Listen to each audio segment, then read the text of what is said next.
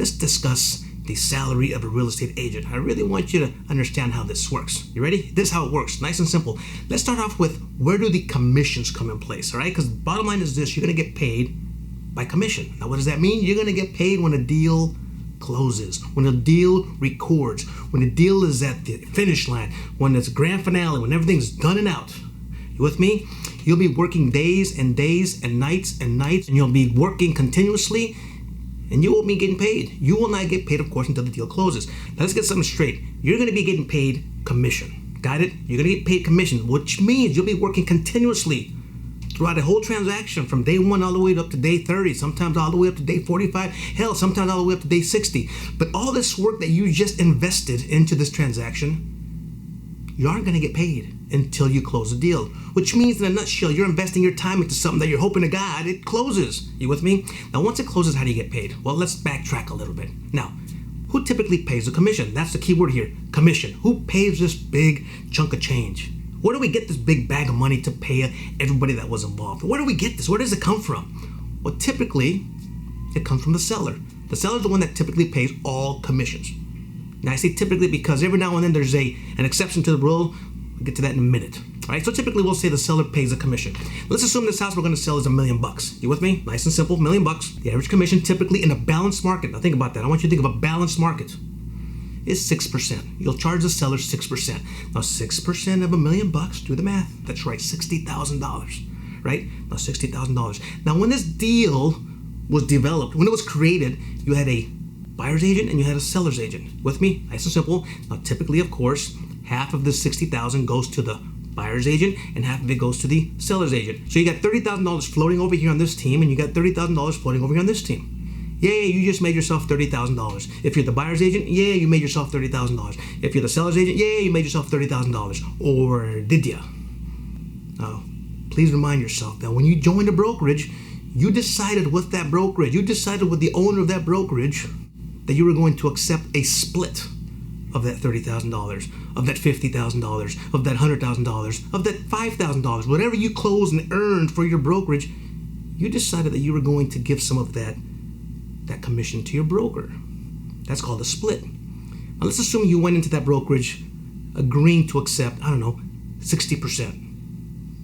You get to keep 60% and you're going to give 40% of that to the broker. Now when it comes to commission splits with your broker, that's completely negotiable between you and your broker. If you're a brand new agent, don't expect to get too much of a high split. 60-40 is reasonable, you keeping 60. If you're a seasoned agent and you come into the brand new office, but you've been doing this for years, they may be giving you a higher split. You may get an 80% split where you get 80 and the broker only gets 20.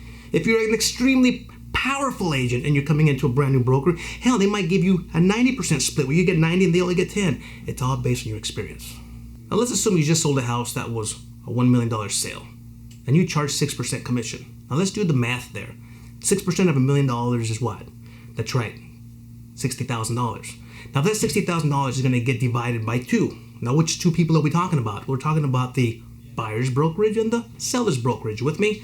Now when you divide that $60,000, you got $30,000 coming to this team and $30,000 coming to this team. Great, now let's assume you're the seller's agent. You're on this side, the listing agent. Your company just made $30,000. You made this happen. You made $30,000 for your company. Now let me remind you, when you joined this company, you had a split agreement with that broker. You went to that broker when you first joined this brokerage and said, "Hey broker, how are you? I'd like to join your brokerage and I'm willing to agree that I, the agent, will accept 60% of whatever I make over here, and you get to keep 40%, Mr. Broker." Now let's do the math. If you get to keep 60% of this $30,000, that means you get to keep, do the math, $18,000, which is great. That's your salary. That's your money. That's your commission. You just made that on one deal, $18,000, and the broker walks away with what? $12,000. But that broker was there with you all the way through. So let's go back to the salary situation here. So on one deal, you just made $18,000, which is fantastic. I mean, not many people make $18,000 in 30 days or 45 days. It's a great deal. So now let's discuss, how do you get your paycheck? Because you have $18,000 sitting over here. Well, typically what happens is this. Typically there's an escrow company right in the middle. There's an escrow company right here. You got your buyers over here, and you got your sellers over here, and you got an escrow company right in the middle. And the escrow company's job is to collect all monies right in here. They collect all monies right in here. And when it's all said and done and the race is over, Escrow's job is to say, okay, let's divide all this money here. We have all this money here, down to the penny. We have to divide it properly. And they'll write a nice big fat $30,000 check to that broker. And they'll write a nice big fat $30,000 check to that broker. And those checks are gone. And the broker just received these checks. Yep, thank you very much. We'll take that over here. The selling listing broker. They'll say, wow, we just got $30,000. Our agent is awesome.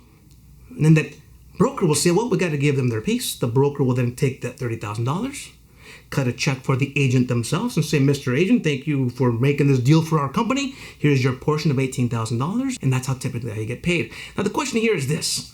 You're going to close deals.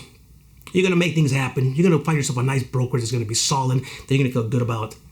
But the question is, well, how much do new agents typically make in a year? Well, that's pretty good statistics out there. And there's statistics all over the place on the internet. But the statistic that I found best, that's probably the most dependable, is this. Ready? Here it comes. The statistics show this. The statistics show that new agents make anywhere from $20,000 a year all the way up to $203,000 a year, which is great. The meat of these agents, the majority of these agents, make it anywhere between $45,000 and say $75,000. Meaning the average would be right between $55,000 and $57,000 a year for a brand new agent. Now listen, this is the deal. I want that to encourage you, but I also want you to be realistic. You making this average salary of $57,000 a year is just the beginning. You might make a lot less. Hell, you might make a lot more. I don't dig statistics because I don't know what's down in your soul. If your soul is full of passion and you're ready to go out and make this happen, and you study and you study and you're out there and you're active and you're making things happen, you'll make a lot more.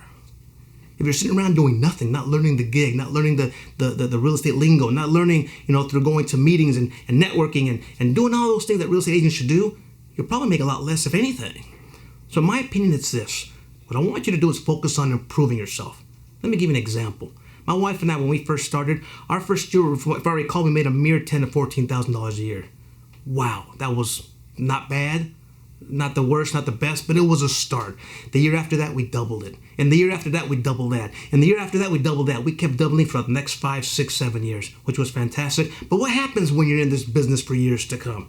Every single year you're learning. Every single year you're active. The more active you are, the more you learn. The more you learn, the more you become comfortable. The more you become comfortable, the more you become confident, and the salary, the wage, the income of you, the agent, increases substantially. Are you with me? That being said, you got to ask yourself, look yourself in the mirror and say, how serious am I willing to take this? Because based on that answer, it'll show in your salary and your wage and your income. You got it? Hope this helps you out, all right? Listen, when it comes to salary of an agent, it's all in your hands. Statistics are just there to give us data.